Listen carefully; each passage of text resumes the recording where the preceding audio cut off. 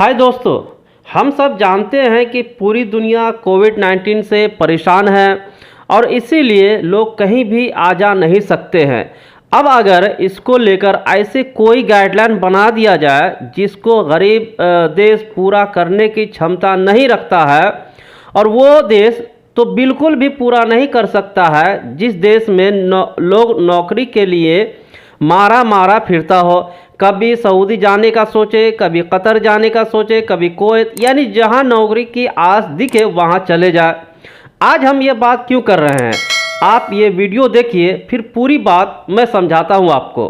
Friends, these are indeed difficult times when the entire planet is facing an existential crisis.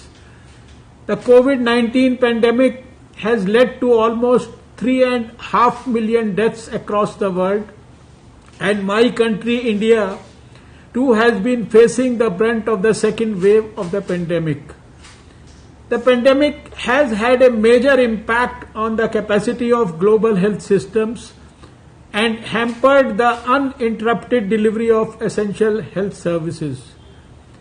Health systems around the world are being challenged by increasing demand for care of COVID-19 patients, and this has placed unprecedented expectations on our health systems. The pandemic has left us with no option now but to follow the new normal and ensure that our healthcare systems undergo a radical transformation. If we have to achieve the Sustainable Development Goal mantra of leave no one behind, we need a broader public health approach and an urgent call for action by all stakeholders. तो देखा आपने, हमारे स्वास्थ्य मंत्री जी ने doctor Harshvardhan चिंता जताई इस पे।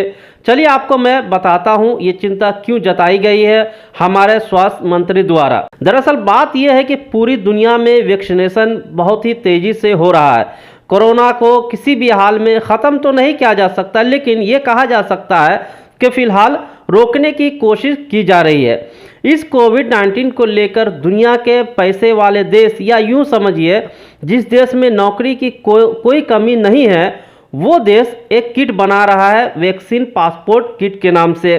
इसी पे हमारे स्वास्थ्य मंत्री ने विरोध किया है और ये भी कहा है कि इस किट की वजह से लोगों के अंदर भेदभाव पैदा हो सकती है।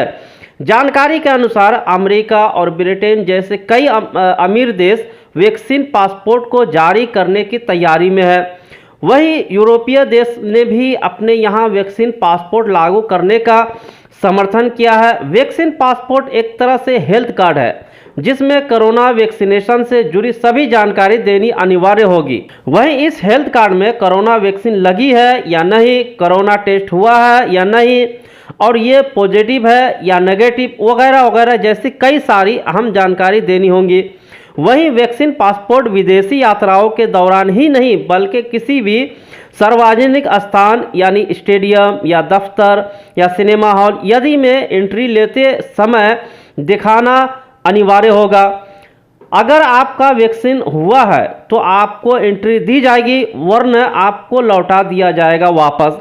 वहीं भारत ने वैक्सीन पासपोर्ट की पहल का विरोध कर दिया है। शुक्रवार को G7 के वर्चुअल बैठक में भारत की ओर से केंद्रीय स्वास्थ्य मंत्री डॉक्टर हर्षवर्धन ने कहा कि कई विकासशील और पिछड़े देश में वैक्सीन की उपलब्धता काफ़ी कम है। ऐसे में यदि वैक्सीन को पासपोर्ट की तरह इस्तेमाल किया गया तो उन देशों के लोग कहीं नहीं आ जा पाएंगे।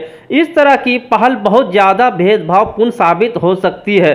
आपको बता दूं कि भारत G7 का हिस्सा नहीं है, लेकिन ब्रिटेन प्रधानमंत्री बोरिस जॉनसन ने भारत को आमंत्रित सदस्य के रूप में शामिल किया है। इसमें ऑस्ट्रेलिया और दक्षिण कोरिया को भी गेस्ट कंट्री के तौर पर न्योता दिया गया था। G7 में America, France, Canada, Britain, Germany, Japan और इटली शामिल है। अब दिक्कत यहाँ पे यह है कि अगर सऊदी या कतर या कुवैत या दुबई सब लगा दे तो फिर बहुत सारे लोगों को नौकरी खतरे में आ सकती है। इसीलिए हमारा देश भारत चाहता है कि इसको रोका जाए। दोस्तों, ऐसे ही हेल्पफुल वीडियो के लिए प्लीज़ चैनल को सब्सक्राइब जरूर कीजिए और कमेंट करके बताइए वीडियो कैसा लगा। मिलते हैं दोस्तों नेक्स्ट वीडियो में। Thank you.